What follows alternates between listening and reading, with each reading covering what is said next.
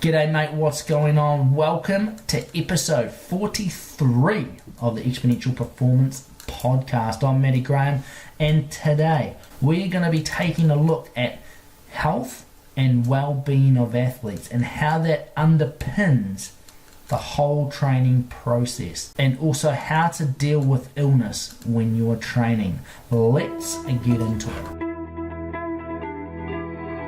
Welcome to the Exponential Performance Podcast. Join sports scientist and performance coach Matty Graham to find out how to train smarter and maximize your performance no matter who you are.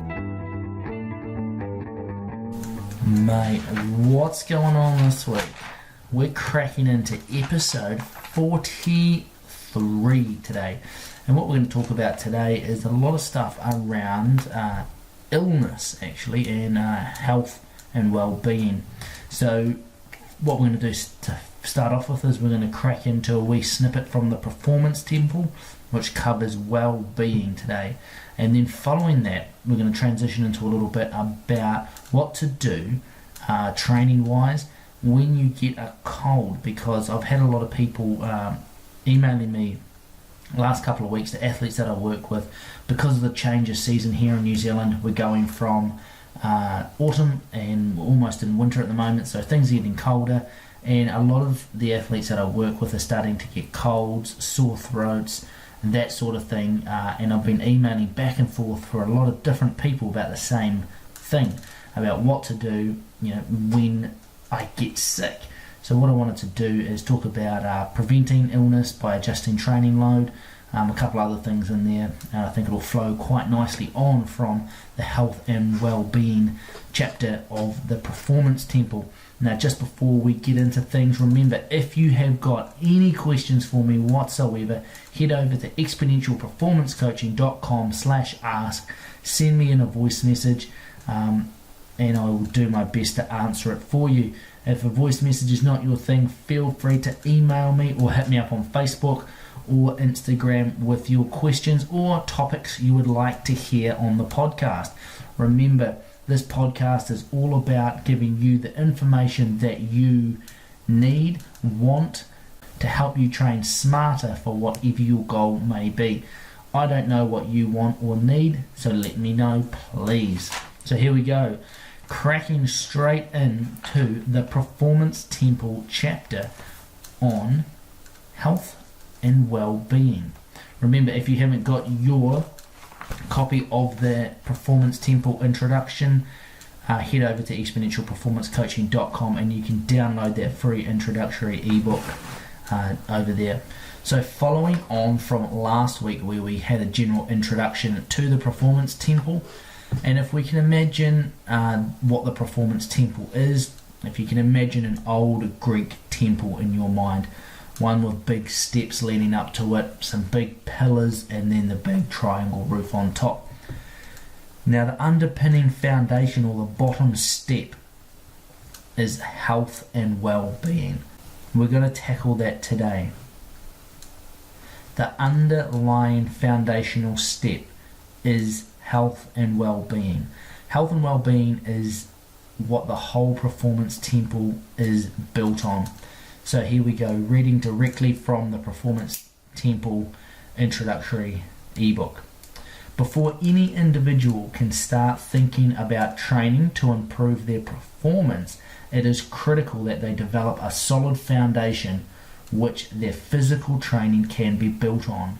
Without this solid foundation of good health, well-being, and a sound support network, an individual will only ever be able to improve a certain amount before crumbling or reaching a plateau. Your health and well-being forms the foundation of the Performance Temple. It is on top of this that everything else is built. Maintaining good health and well-being is one of the most important aspects of athletic training. While many athletic endeavours are not actually healthy, if an athlete's health is compromised, then the extent to which they can adapt to their training load is limited. Every day, athletes walk a fine line between maintaining good health and maximizing their performance. Classic examples of this are achieving a low fat mass for competition, fueling with high GI refined foods, completing extreme acts of endurance, and pushing the body through injury. While these unhealthy acts often lead to good short-term performance with minimal effect on health in the short term, if they are maintained long-term, then health can be compromised. Good baseline health is fundamental for optimal training and adaptation. Just think of the last time you were sick or had a cold. How good was your training or your racing performance in that state? No doubt you know an athlete, or maybe it's you, that is constantly getting run down, sick, and cannot string more than a couple of weeks of training together. As with any building, if the foundation is not laid correctly, then you are only able to build up so high before cracks start appearing. Once these cracks start to appear, it's very hard to go back and fix the foundation while you're still building. You can add temporary patches to the cracks, but they will reappear if they are not addressed in full. Time and time again, I have athletes come into my office after not seeing improvements in their performance. Sometimes this can be for many years, or they're broken and riddled with injury after being self-coached, or even more scary, paying for coaching. While many athletes find it hard to do, we tear down their precariously built house, their body, that's held together with painkillers, ice packs, antibiotics, reflux medication, and training aches and pains. Then, brick by brick, we start building them up, starting with their foundation. This takes time and commitment to do, but once an athlete has rebuilt themselves from the bottom up, they are able to truly realize their potential. Of all the athletes I've been through this process with, those who have fully committed the process to the end have gone on to smash their previous personal bests. For those that couldn't be bothered, or were too busy, or dropped out part way, they fall back into the same cycle of mediocre training and erratic results. Now, good health. Good health is not just not being sick. Okay? Many people out there they'll say, I've got nothing wrong with my health because I'm not sick. However, as with performance, you should aim to do all that you can to maximize your health so that your body is able to train, adapt, and perform at its peak. If I had to recommend one resource that can help anybody looking to improve their foundational health, it would be Paul Chek's book, How to Eat, Move, and Be Healthy. It doesn't matter if you're an elite athlete or training for your first race. This book has something in it for everybody wanting to improve their health. And I'll put a link in the show notes for this book so you can go and check it out if you want. Along with an athlete's health, their well-being is critical for them to train and perform at their peak. As with your health, if there is any aspect of your well-being that is compromised, the effect may not be evident immediately, but eventually this aspect will have a major impact on your performance and life as a whole. Now, in the Performance Temple, I have a wee diagram that has physical, mental, and social well-being and how these interrelate and cross over for this optimal zone. So have a look at that. It's probably too hard to describe here on the podcast. And again, if you want to get a free copy of the Performance Temple Introduction, head over and download it at exponentialperformancecoaching.com. Okay, back to the Performance Temple. If an athlete does not have stable relationships, feel connected to others, or they're not secure in their environment, then their ability to train and compete is compromised. Well-being is a very complex topic that is very individual to each athlete, depending on their situation. Often sport and competition ticks many of an athlete's well-being boxes, so to speak. This can present issues once an athlete cannot compete due to career-ending injuries, illness, or other factors. For overall well-being of an athlete, it is important for them to develop meaning, connectedness, and enjoyment outside of sport, which is an aspect that should not be ignored but often is. So there's a little bit of a chat around health and well-being. The basics or the key take-home messages that I want you to take from this is that your underlying health and well-being is so critical, but it is one of the most often overlooked topics or areas of training that I find. Now, why is it important? Because if you don't look after it, whether that be in your health or your general well-being, your performance can only increase to a certain level before everything will come crumbling down. If you're training through illness, you're training through injuries, you're training through little niggles, you're ignoring your family, you're ignoring your partner with your training, all of those things will add up to become a big mess at the end of the day and derail your performance eventually. Really take some time, I think, to sit down and have a look at it. And it can often be hard, that internal reflection on something such as your health and your well-being, because often from a first-person perspective, it's fine. But what I'd recommend is asking some people that are close to you, where do they think you sit in relation to those things? Do you have some unhealthy habits that you're ignoring? Are you maintaining super low body weights throughout the year, which are impacting on your long-term health? Are you harbouring little injuries that you're not taking care of, and you're getting recurrent injuries in these areas? And rather than using good medicine to get them better, we're just putting band-aids, so to speak, over the cracks. We're getting repeated cortisone injections, or we're topping ourselves up with painkillers every time we go out to do a training session or a race because we are so sore in these areas. We're using that bad medicine to paper over the cracks. Those things are all going to come back and bite you and derail you in the future. So I'd highly recommend you get on top of them fast and stay on top of them. And I guess this transitions really nicely into this topic that I want to talk to today about, is dealing with illness when you're training. Because it's that time of year, especially in the southern hemisphere, starting to get cold. Athletes are starting to train in the colder weather, and that just lends itself to the body getting a little bit more run down, a little more stressed. The immune system can't keep up, so to speak, and we get the common cold, or the flu if it's really bad. So let's have a think. What happens when you get sick, or if you start to feel that scratchy throat coming on? Now, in episode 12, I talked about getting back into training following illness.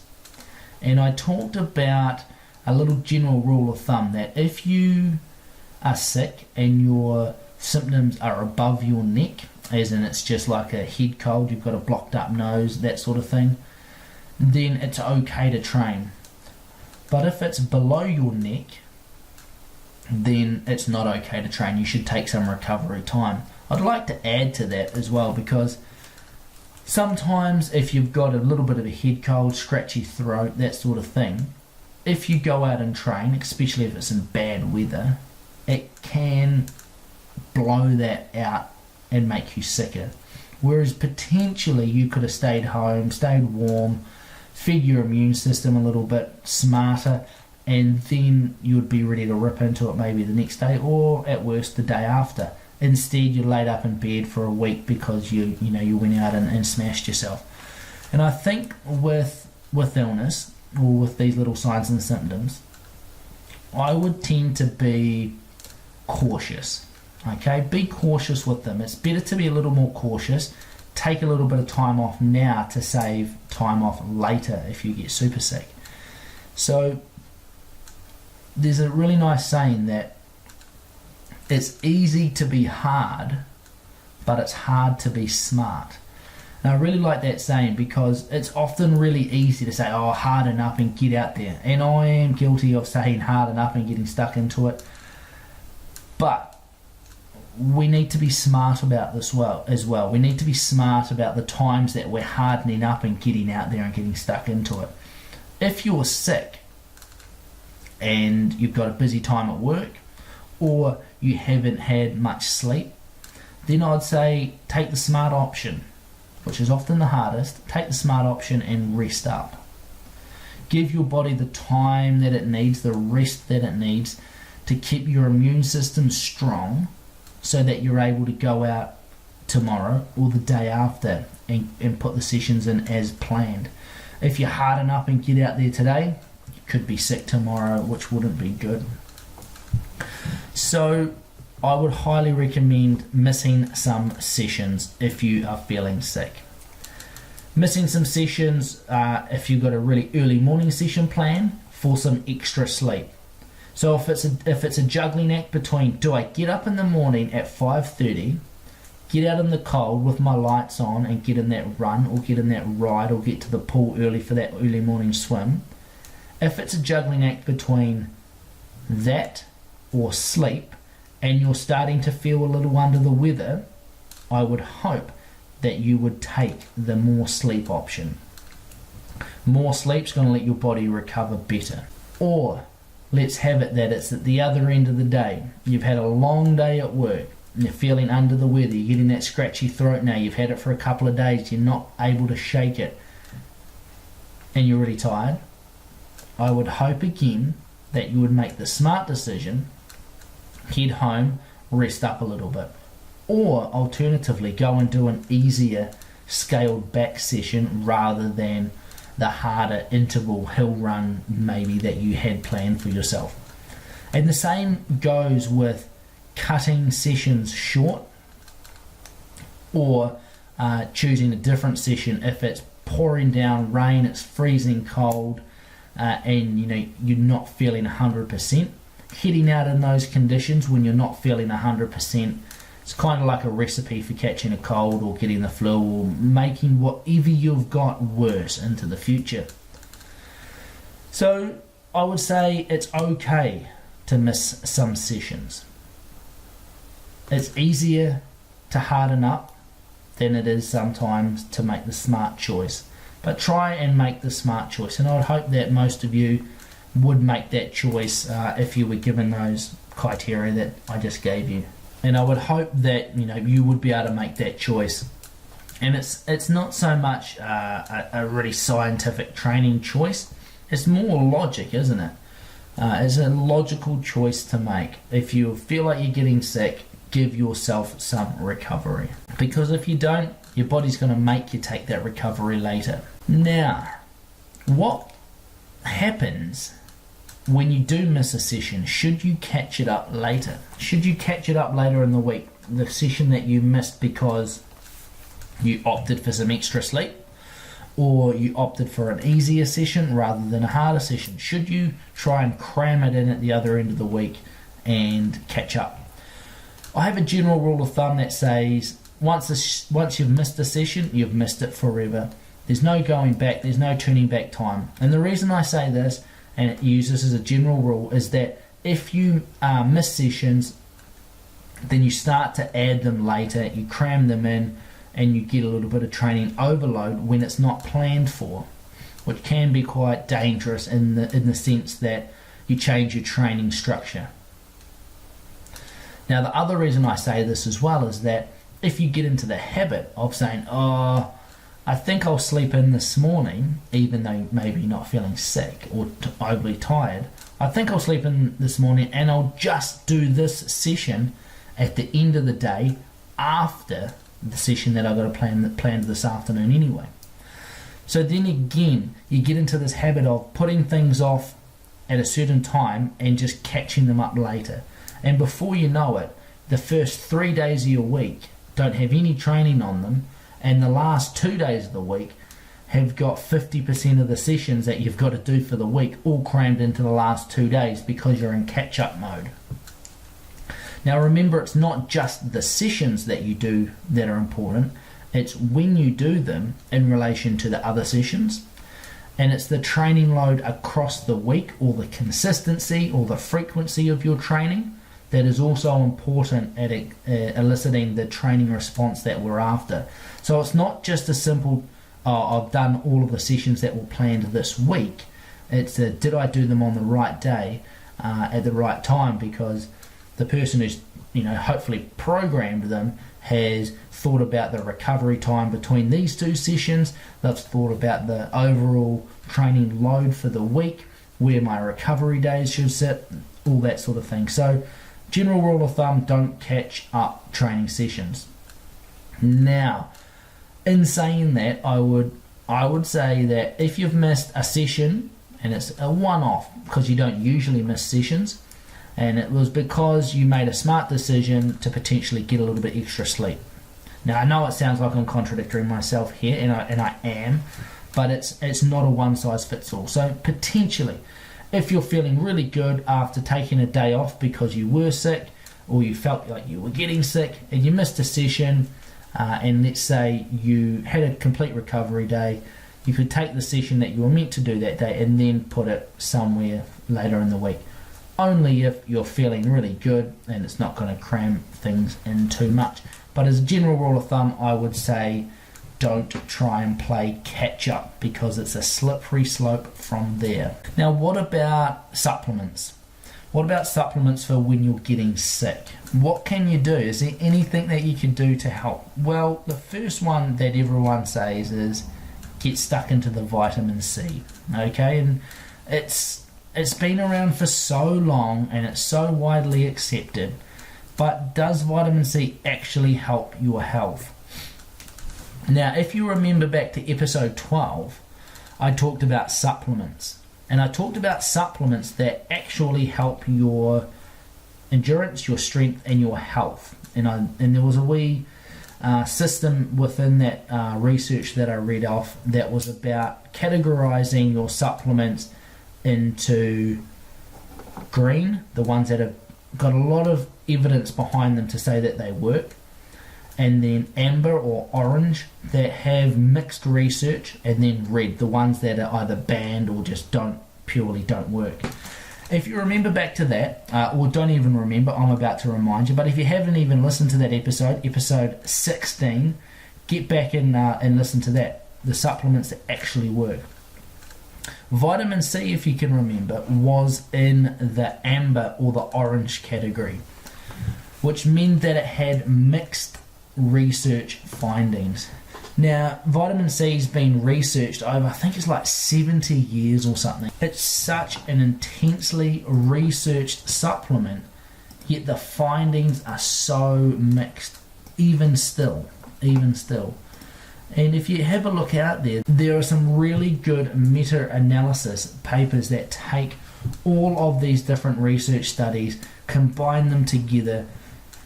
So you're looking at some papers have over 29 trial comparisons that have over like 11,000 participants if they add up all the data that they're looking at. And I mean, here is one of the conclusions from one of these big papers that looked into vitamin C for preventing and treating the common cold. The failure of vitamin C supplementation to reduce the incidence of colds in the general population indicates that routine vitamin C supplementation is not justified. So from that wee finding, it seems that why would you take vitamin C for the general population? Because all of the results tend to say there's no need to take it. Doesn't work. However, vitamin C may be useful for people exposed to brief periods of severe exercise.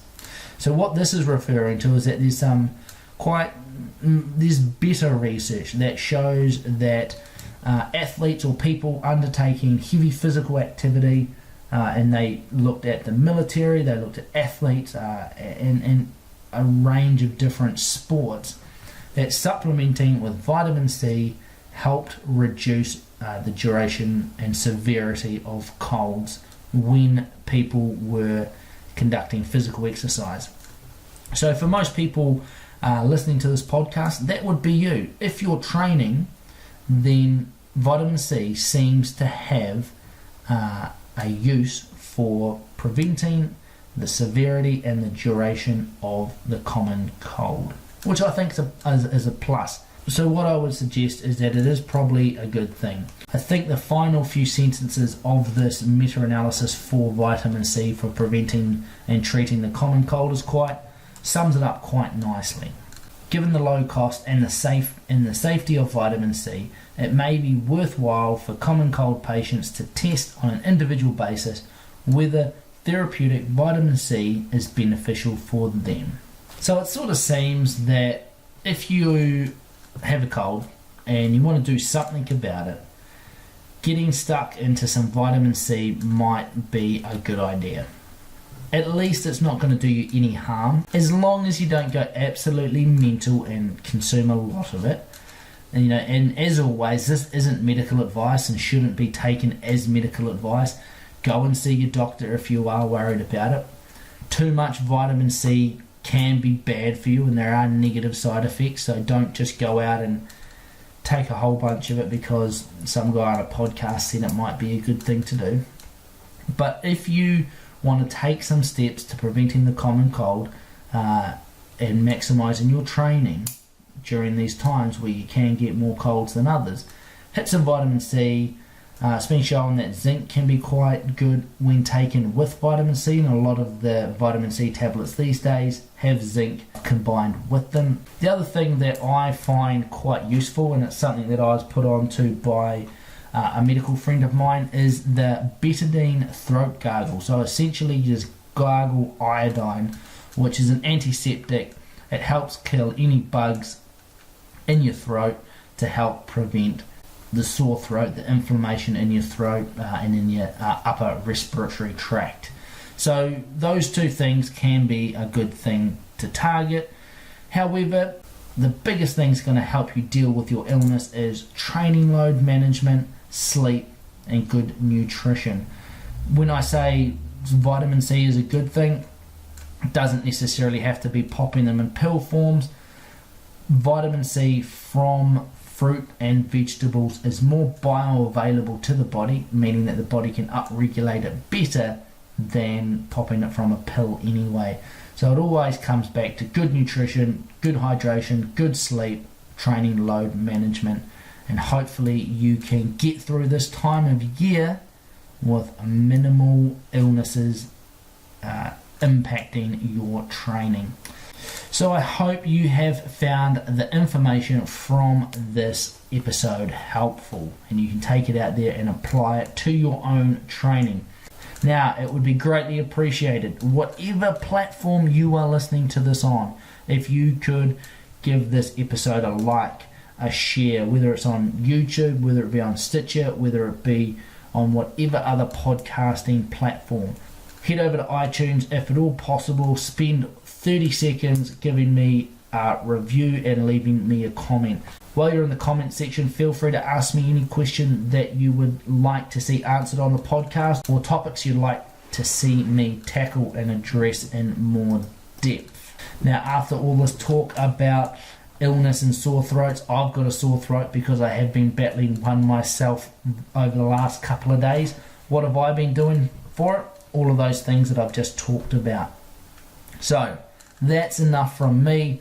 I'm going to go and take some vitamin C and get to bed because it is past my bedtime. And some guy once told me that sleep, load management, I haven't trained today because of it, and nutrition are the most important things for treating the common cold so that you don't lose too many days to training. So I'm going to take that advice on board and do it myself. I hope you do the same. Hope you get out there and train hard, but most importantly, train smart. I'll talk to you next week.